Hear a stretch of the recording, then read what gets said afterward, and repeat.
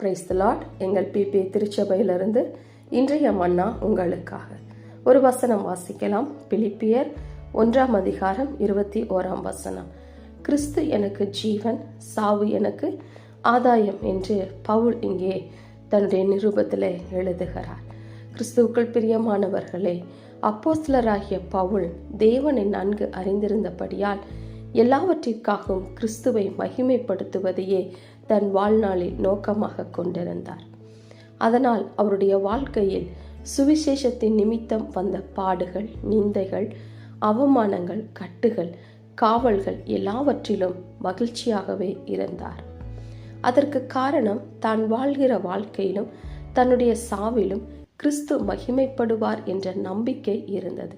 கிறிஸ்து தனக்கு ஜீவனாய் இருப்பதனால் சாவு தனக்கு ஆதாயம் என்பதை அவர் நன்கு அறிந்திருந்தார். நாமும் பவுலைப் போல தேவனை அறிகிற அறிவை அடைந்து பாடுகளை சகிப்போமானால் நமக்கும் கிறிஸ்து ஜீவனாகவும் சாவு ஆதாயமாகவும் மாறும். பிரியமானவர்களே, பிறப்புக்கும் இறப்புக்கும் இடையில் நாம் வாழ்கிற வாழ்க்கை கிறிஸ்து மகிமைப்படும்படியாக இருக்கிறதா? கிறிஸ்து நம்முடைய வாழ்க்கையில் ஜீவனாய் இருந்தால் நிச்சயம் நம் வாழ்க்கையில் அவர் மகிமைப்படுவார். ஆமென்.